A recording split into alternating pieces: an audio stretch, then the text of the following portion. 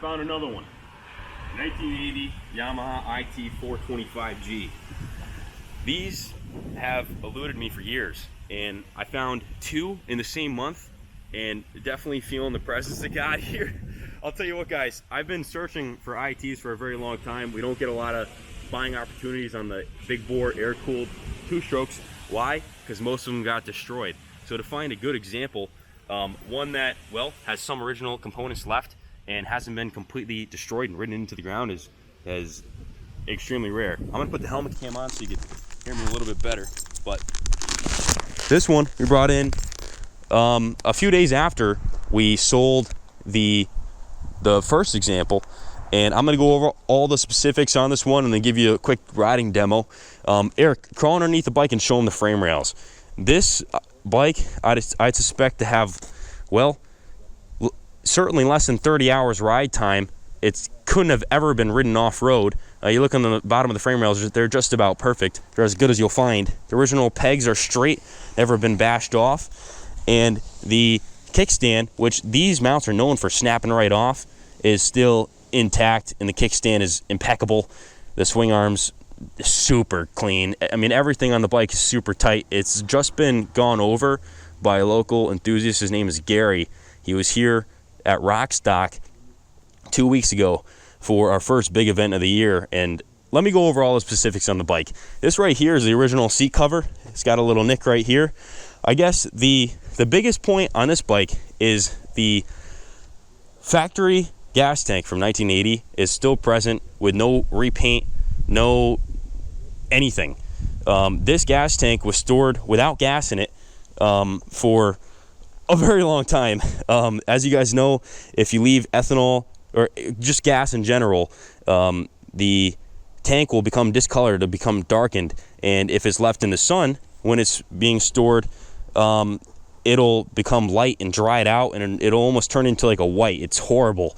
This right here is the original gas tank, and it has been sanded and restored to an extent, but I mean, you can't take a C tank and turn it into an A tank like this if it really is that bad. These plastic tanks are extremely difficult to restore. Gary, being an actual enthusiast, he built this bike for himself, and he knows what people look for when they go to buy stuff like this. He put the reproduction decals on top of the originals. So you see right here, you can see that's the original decal underneath. So if you ever want to, I mean, that's a telltale sign on a 40-year-old enduro bike. The original tank stickers are still present. The front and rear fenders have been replaced with DC aftermarket options. There are new Kenda tires on the bike. The original DID wheels are still in exceptional condition. There's no warps, bends, dings, dents, big scratches, or imperfections in general. The DID stickers are still present. It's got a newer gold chain on the bike. Is that the original sprocket?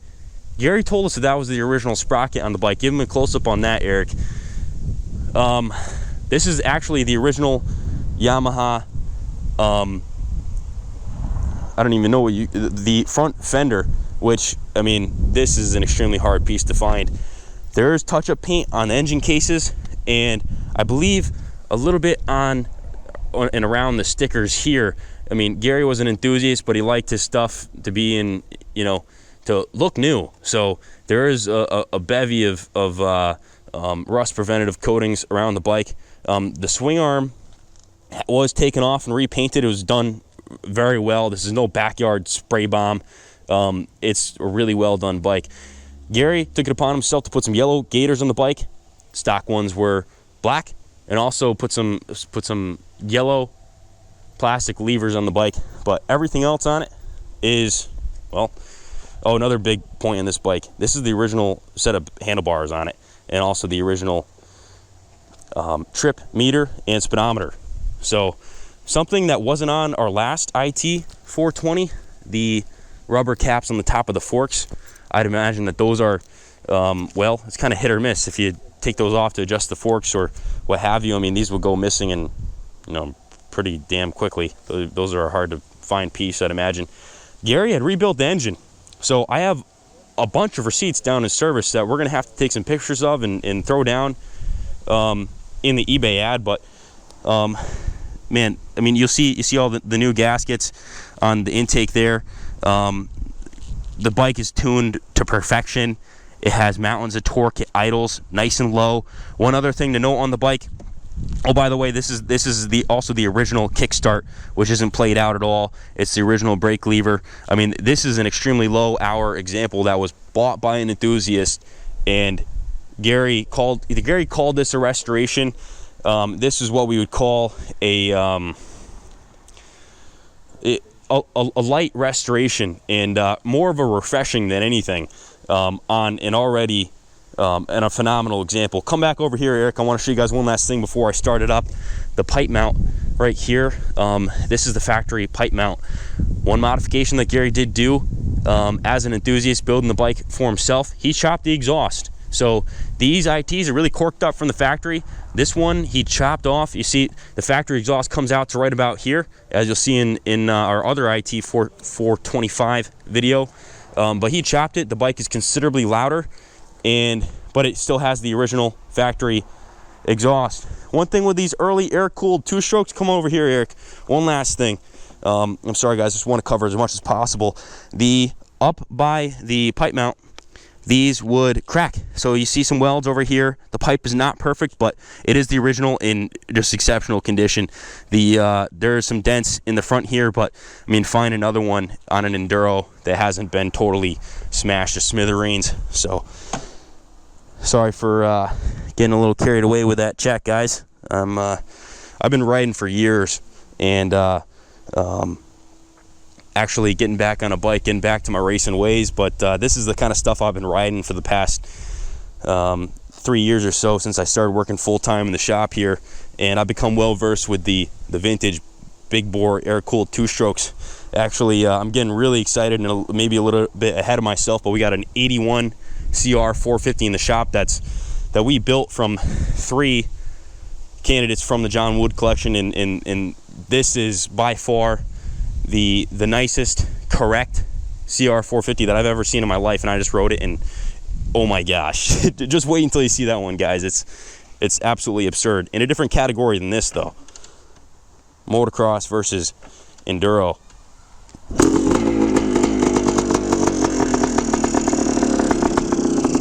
The bike starts right up.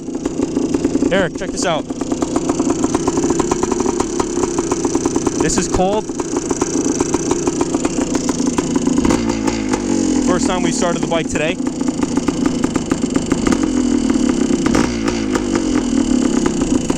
I'm not dressed for the occasion, but we'll still demo the bike, show you what she's capable of.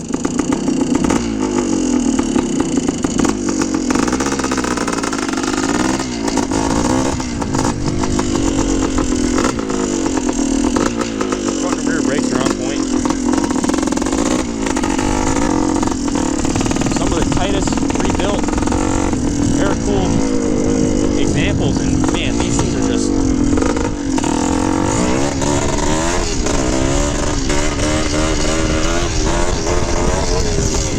it all the way up the driveway. This thing's got mountains of torque. I mean, this is just absolutely absurd. I mean, it's like every year, like I'm cutting it in third. I mean, it's just absolutely absurd what these things are capable of.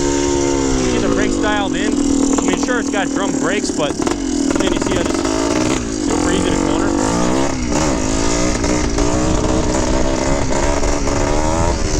I mean, I'm not even the best wheelier. I'm not a stunt guy. I just raced motocross for a couple of years, and I have no problem keeping this thing up.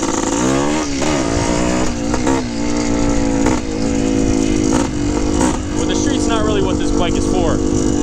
This is your dirt road trail machine. You know, taking on a few 100-mile trip. Your favorite trail.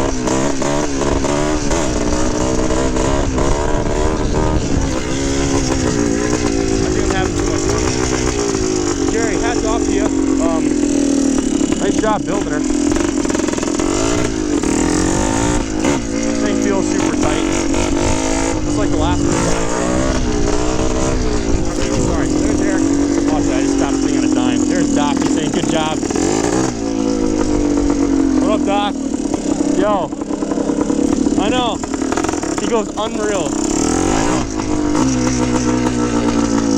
Don't worry, guys. I won't be riding this thing anymore. She's not gonna get any more seat time. I'm gonna put her away in the museum until she finds her new home. Wow. I'm shaking a little bit. I'm so excited. Wow. And I'll tell you what, this thing is damn tight.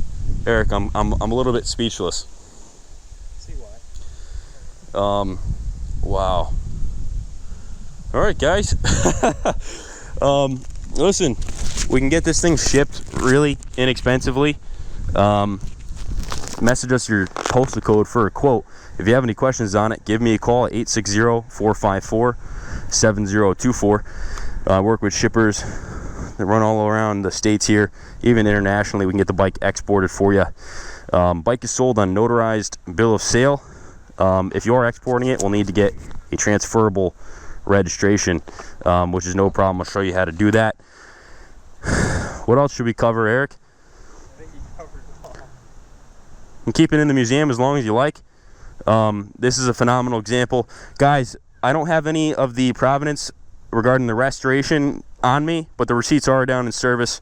Everything is available upon request. This is a kick-ass bike. There's zero excuses on this thing. Wow, I'm excited. Eric, I kind of want to go J-Day this thing. It'd be a shame to beat the snot out of it. I mean, that's the thing is, you know, what we're left in the last 20 years were taken out and actually ridden. What the good examples, because they're just absolute blast to ride. Just like all the other, you know, the twin RD 2-strokes, and then you got the Kawasaki triples and Yamaha RZs, the later ones, and they were outlawed. They don't make these anymore.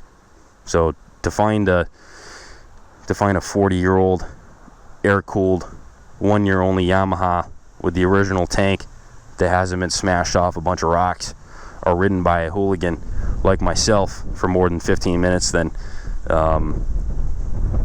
find a nicer one. That's all I got to say. Find me a nicer one, guys. All right, I'm not going to get rich on this thing. It's going to go up. It'll probably be gone this week. Give me a call if you're interested. Man, call me if you want to chat about this bike. I love this stuff, guys. All right, Ken Jr. signing off. Good luck bidding. God bless America.